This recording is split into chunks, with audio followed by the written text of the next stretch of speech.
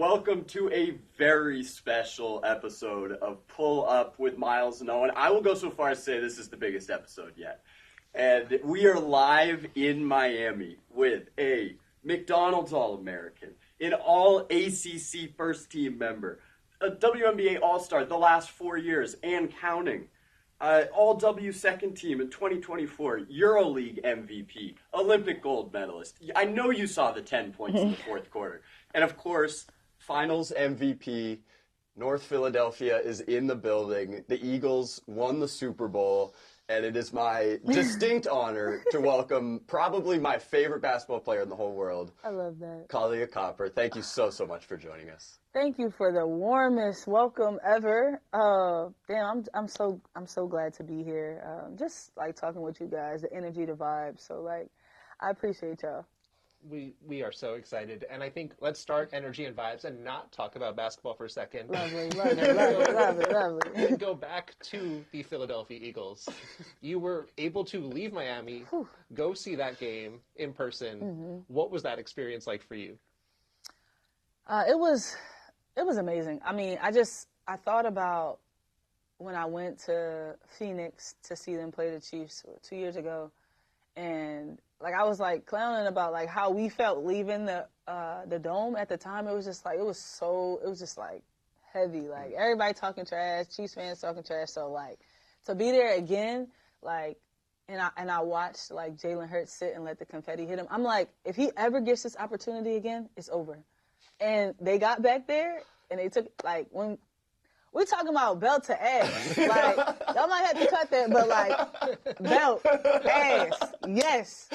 I'm super happy for my city. I think that winning at that level also brings the city together. I mean, some people came out Broad Street downtown, the love was there, but then also in New Orleans, just you could see a random person, Eagles jersey, y'all friends, so it was super cool. It was a good experience. I was with my sister, too, so it was cool.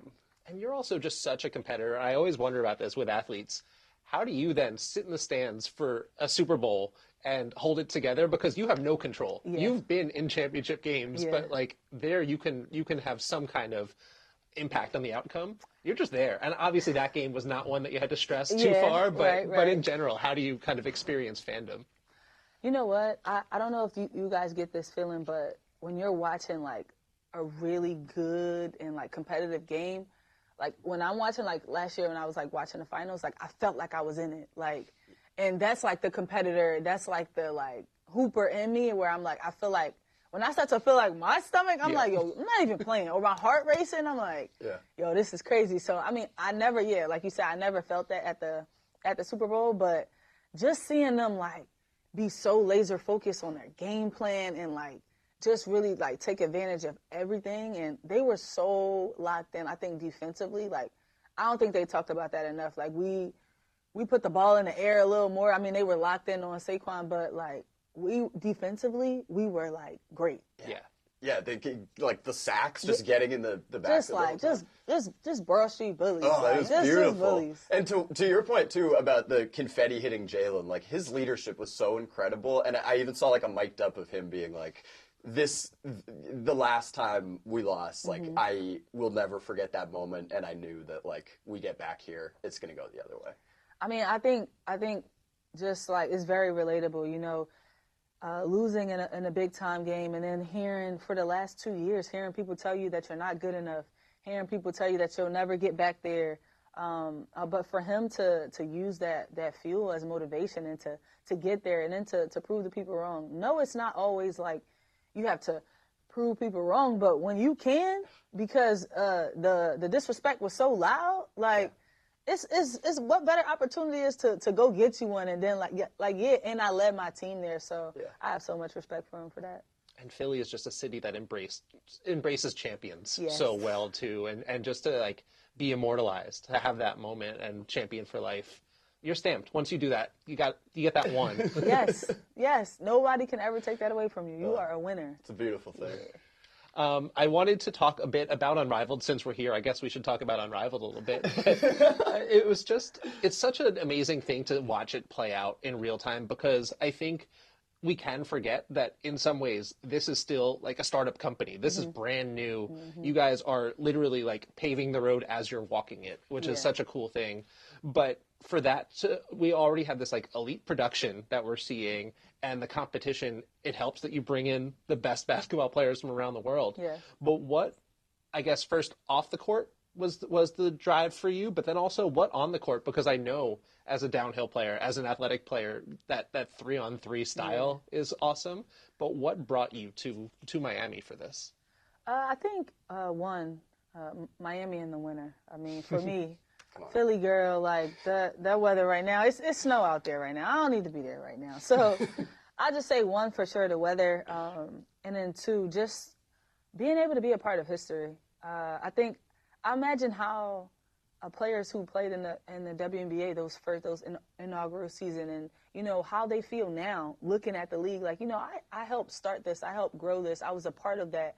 So I'm a part of history. I think that they were player led, which is important. So they understood, player experience and all the things that we would need to have success. And then we just let's talk about the money.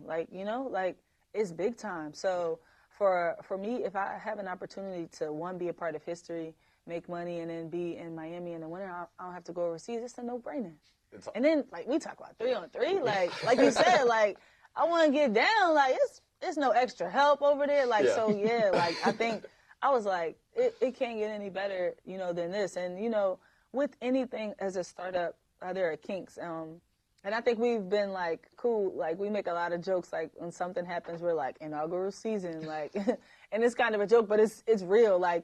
We have to, navigate through that. And then after this year, things will change. Things have changed. If we have a problem with whatever it is, they're on it. They're very, they listen a lot to the things that we have to say about whatever. And then, I think it's cool. Also being with the best players, being able to, I'm playing with players I probably wouldn't play with. So being able to bond with different players and just create those relationships is cool too. I think we all so much appreciated your answer to Roz in the one-on-one tournament. It's the motivation. Let's just be real. Come on, we are not about to play that game. Right? If you ask every player, maybe you think somebody's gonna say bragging rights before they say the money? Right. That's 200. What? Come on, mm-mm. But I'm always becoming a meme, so that's crazy. Whoa. I think that leads perfectly into my next question, which is just, can you put words to the vibes here with all these players in one spot? Because we've just been loving all the social content and just all that little in-between stuff. With my team, is super fun. It's just crazy balance of older players and younger players. So, I think ours was the TikToks, and I don't do TikToks. And then I got Angel here that's we doing TikToks on Sundays, and I'm like, oh man, y'all, she about to get me. So, just a mixture of people seeing us, seeing our personalities outside of the court, also getting to know other players on a different level. So, for me, I'm super relationship oriented. So it's cool to really get to know players on that level outside of basketball, and just to do fun things. I felt we got to a point where it was real serious, but it's just y'all, it's not as just fun, but we in Miami, in the winter, we just hooping, we don't have to go overseas. So I think everybody kind of got to a point too where let me just breathe. We had a little break in the middle after the one-on-one, so it was cool. Everybody just started to breathe a little bit. It was real serious. Yeah. I know you're competing, and I'm a crazy competitor, so I get it, but you just gotta be yo, this is it's fun, it's cool. Yeah. It feels like there's an intentionality to everything that's happening here. And you talk about the structure with the one-on-one tournament in the middle, but also 4 weeks before, 4 weeks after, and you have time to kind of breathe and to feel things out. Yeah. And with this first season, it almost feels like playing a game. You need game reps. You can only simulate so much of how it's all going to go. Mm-hmm. But one thing that I don't know if you guys anticipated was all being in the same market for free agency, WNBA free agency happening. Whew. Because, Phoenix, you were a party to a bunch of big names going out and a bunch of big names coming in. Mm-hmm. How much did you anticipate the tampering happening, or how much did you kind of expect to? Because from a media side, a lot of players these last 25 years have been overseas. We don't even have access. Yeah. And now, not only can we actually talk to you in an off season, but like you're also able to influence other people's decisions. How did you experience that? I think it's funny because we made a lot of jokes with each other. Like if we're all in the weight room and we see people talking, we're like tampering. Like you can't even just talk around here no more. Like during free agency, no talking, no side conversations. Like we were just like making a lot of jokes about like stuff like that. But I mean, I think that's another good thing, like it's just having I think it's so different than, talking to someone on the phone, but like being in person and someone wanting to know about your organization, it's like, okay, we can talk about it. Like you want to talk about it. That's not tampering. You asking me about my organization because you're interested. Perfect. I'm gonna give it all to you. Yeah. So I think, it's a different kind of conversation when you're in person with someone and they can clearly understand the things that you're saying, or you can, tell them about, give them your pitch, the pitch before the real pitch, but just the player experience and what you experience as a player, I think that's important to hear from another player who's interested in organizations. Something that I thought was so cool and indicative of your leadership and just how you approach basketball and the teammate camaraderie aspect is that you went to Phoenix for Satu's introductory presser. I just love that so much. What did that mean to you to be there, and what is it about this new chapter in your career and the investment that the Mercury have from facility standpoint, et cetera, that really made that day important for you to welcome her? I mean, when we talk about leadership and we talk about the franchise, I mean, it's me. It's going to start with me. So I think it's important that you show up. I was, telling Sa about the organization, and I wanted her to be a part of this with me, help me win another championship. So that's important for me to show up for her, taking that long flight over to the West Coast and, just to be there, to have familiar faces. I know she's super family oriented. And I know how that feels, to look out there and have your teammate who is a leader on this team be able to be there and welcome you. And when we talk about Phoenix as an organization, the standard that we have set across the board, I think Vegas, they started, and then we just said, okay, let's do it bigger. Yeah. And that's what you want. You want people to look around and be like, okay, we have to have facilities that match or is better than that. And then you see, I think Seattle also did it. Mm-hmm. And then you see what Indy has plans to do. Yeah. Chicago is breaking ground. This is what you want. Yeah. This is what you want in this league that's so great and full of great players, because it's what we deserve. So I'm grateful that I'm a part of a franchise who is truly invested in continuing to grow women's sports and then also give us what we deserve. So that's so beautiful, and I want to use that as a transition to go back in the day, because where you are now, to looking back on North Philadelphia and the hoop on the telephone pole, and having Simone and Ivory and Candace on your wall and all that stuff. What are some of the first memories that kind of come back to you from that era, and just how would you ever be able to believe where you are now? For me, it's like being in computer class and just typing in WNBA highlights. I think as a kid, you sit and I used to print out the pictures. I printed out the pictures. They were black and white. I'm taking them home. I'm watching WNBA highlights. And I'm like, yes, this is something that I want to be a part of, but it's is this really, can this really happen? I wasn't thinking about college, or I wasn't thinking about any of those things. I was just I love the hoop. And I'm watching some of the best players be super passionate, celebrate like I celebrate, just love the game like I love the game. And I'm well, maybe I can, but we'll see, we'll see how it works out. So just getting familiar with AAU, playing AAU, and then oh, colleges are reaching out. Okay, I see how this goes. And then going to Rutgers, taking a visit to Rutgers, and knowing that Coach Stringer breed professionals, period. And seeing the legacy of players that have come through there, I'm okay, this is something I want to be a part of, because this is my ultimate goal. And then just kind of going from there. I love that so much. I loved what you said here and also on Candace's podcast about seeing players be themselves and how that informed how you are as a player. How do you think watching legends like that who expressed themselves and wore that competitiveness on their sleeve kind of influenced your play style and mentality? I mean, I grew up playing outside against the guys who always thought they were better. Like always, like, okay, you're stronger, but doesn't mean you have the skill set. Doesn't mean I can't beat you. So, you know, I always had a little chip on my shoulder. So that's how I enjoy playing. I enjoy playing, being passionate, and so seeing that directly, where it's not like you have to turn yourself down or you have to not be yourself. Like, no, I watch them like be themselves completely. So I'm like, yeah, like I definitely want to be a part of this. Like, I could do this.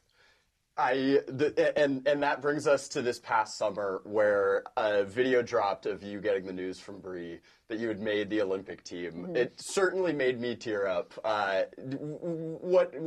could you even put that into words, just that journey and hearing that yes after having heard a no before? First of all, I was running like a little bit late to the gym. We were getting ready to play Minnesota.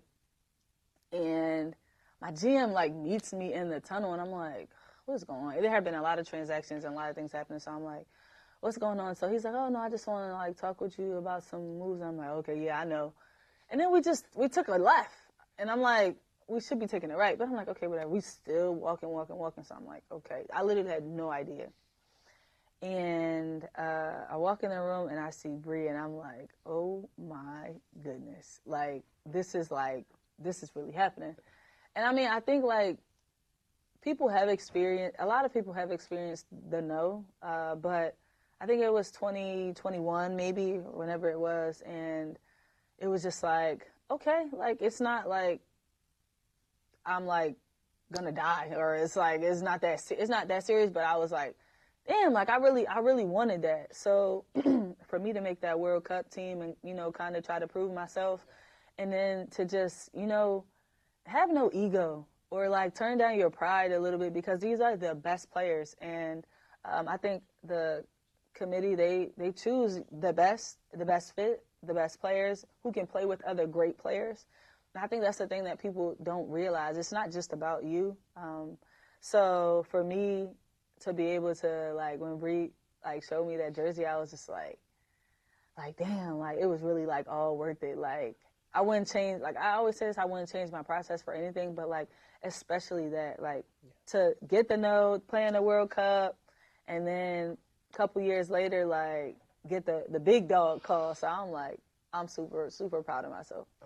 And then the way that this Olympics went down, and this was the most competitive, I feel like, push, because the world's gotten so much better. So much better. Mm-hmm. And which is great. This is just the growth that we're seeing in women's basketball across the entire world. But you have kind of an up and down. You talk about not having an ego, because you know that like it's tough. It's tough to make those rotations. It's tough for the coaching staff to figure out who works well together. And you also don't have much time. You were here, you had the camps before the season and over the last couple of years to build towards, but like it's always in flux. But then fast forward to that title game, those last 10 minutes, the 10 points in the fourth quarter in a 1-point win. You talked before about being a fan and feeling like you're in the game. That's how I felt during watching. No, I'm standing up. It was crazy. How much, when you're, I guess, in the moment, do you feel like, oh shit, this is a moment that people are going to be talking about for a very long time? Or are you just locked in and just engaged with, I gotta get through the next play, the next possession? Because like, do you get to that point where you can kind of see the grand context of it when it's actually happening? I think in the moment, you're just so locked in. And I think the environment and like, just like you could feel the pressure. And I think what people don't understand is, like we said, the world has gotten better and they take it just as serious as we do. However, they have lots of time. Like like FIBA windows, and like some of them have been playing together since they were here, you know? So for us to like put it together on the, like so late, and then just have to kind of figure out who plays well together, figure out rotations, and just like play off of each other. I really like give a hats off to us, because we did a great job and we were an incredible group. I think top to bottom, like we were we were just great people outside of being basketball players. But I think in the moment, like, you're so locked in because, one, nobody wants to be a part of the team who breaks that kind of history. No. Like, ain't happening. Like, not happening. One, that's where you have pride and ego. Like, it's like, no, yeah. That's not happening. And then I just think, like, this is what you pray for. These are the things that you want in your life. You want to win at the highest level. And for me, I think, I say it now, like, winning an Olympic gold medal is a little bit different for me than winning a WNBA championship. It means a little more because I'm named to the best players in the world. Like, I'm playing for my country. I'm not just playing for the city of Chicago or, like, I'm playing for my country. So it definitely means a little more for me, but in that moment, it's just like, I just want to win, and, whatever that takes, I'm here to do it. Do you have, sorry to interrupt, but do you have, now that we're 6 months out or whatever, a lasting memory, whether it was from that tournament or just, like, the fact that you're also just, like, rubbing elbows with the best athletes in the entire world? Was there an interaction that someone maybe outside the basketball space that you made that you didn't really expect ahead of time? You know what? I'm a big LeBron fan, and we were, like, at opening ceremony, the weather was, like, terrible. Like, we were trying to wait for the weather to, like, calm down. So we were traveling a lot with the guys, and we were, like, taking pictures because we were passing the Eiffel Tower, and it was, like, lit up at the time. And so I'm like, okay, come on, y'all, let's make this video. And I go to make my video, and LeBron puts his head in there. I almost lost it. I'm like, trying to keep it all together because I'm still got my video going. I'm like, okay, don't mess the video up, but just don't look crazy. Like, I was like, wow, like, and that was, like, my first, I think, time really, like, meeting him. So it was like, it was cool. It was a cool little experience. And then just, like, talking with the guy, the entire team, just in general, like, everyone was cool, and, like, because we had a lot of interactions together, and then meeting people outside of the basketball space, track athletes, and, just a lot of other athletes. So it was cool. That's when you know you've made it, when LeBron is casually just casually in your video. Popping in your video. Like, cool. I'm like, wait, is this a filter?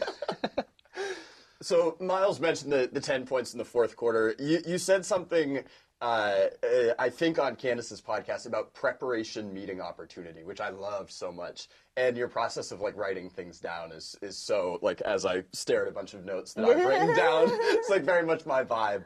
Like, what does that look like for you in the moments where it's not the opportunity moments, it's the preparation moments, it's I'm writing down my stuff? I think that's my entire career in a nutshell. That's my entire process in a nutshell is preparation meeting opportunity. And I think what a lot of people don't understand is that you don't always get the opportunity, whether it's basketball or life or a job or whatever it is, you don't always get the opportunity that you deserve when you want it, So it's like, what are you doing during that time to stay ready for the opportunity, when it comes around? And for me, I think I was so lucky because that was my process. Like, I always had to be prepared because, one, I was coming off a bench. So it was just like, be ready when your name is called. Whenever, if it's called in the first, if it's called in the second half, if it's called in the fourth quarter, like, be ready. So for me, it was just always about, like, being prepared because I've seen when I was prepared and I had my name called that I was ready. And I think that's what coaches want also, like, to just see you just be ready and be a good teammate. And I think being in the Olympics and, like, getting that DNP, but Cheryl still being able to, like, look at me and be like, okay, come on, that still have that kind of confidence in what I'm able to do, because, I mean, top to bottom, she could have called on anybody, but me being able to go out there after having a DNP and still being able to make a major impact, I think that's major. And just a shout out to Diana Taurasi too, because that was her and Kelsey, they were my shooting partners at the Olympics. We worked out together all the time, and she was just like, Dee said, you're gonna win a game for us. Like, I'm like, come on, D, like she really said this. Like we're doing a shooting drill, and she's like this is just it's just USA basketball. Like it's gonna be fine. Like everything's gonna work out. She's like, you're gonna win the game for us, and I'm like, yo. And then it happens, and I'm like, after the game, I just grabbed her like, you're insane. Like what? Did this really just happen? Like, so like it was just like. It was just cool. And then when I talk about just mentorship and how important that is for me, just like having Dee there with so much experience and her also being my teammate in Phoenix and just pouring into me. And I've talked about like players, having great players be my mentors in the biggest moments. So yeah, like I talk about Candace all the time, just her being that for me. I don't win a WNBA championship without her. It's amazing. I didn't even have Diana in the notes, but it being such a big fan of yours when you went to Phoenix, like it was so evident so quickly to me how much she was embracing you and saw you as the person on this team that is going to bring it where you need to go, and that was so cool to me. Yeah, it was cool. I mean, you get to see someone at her caliber, like you see her prepare, and I think for me that's what's most important. Getting out there on the court. Not the easy part, but the easier part. You know, it's the workouts, it's the how you prepare your body. Yeah. I don't like to lift, you know, and then I get to Phoenix and they like, you need to lift, and I'm like, And I see D over there lifting, and I talk to I say my mentors, and they're like, we lift. You know, that's longevity. Like, and I'm looking at D like, yeah, that is longevity. Okay, I need to lift. Okay. So I think just me being around experienced vets, and just like you said, just welcoming me with open arms and wanting me to still be the best version of myself. Before we get you out of here, we got to close with a couple fun ones. Okay. GOAT Philly artists.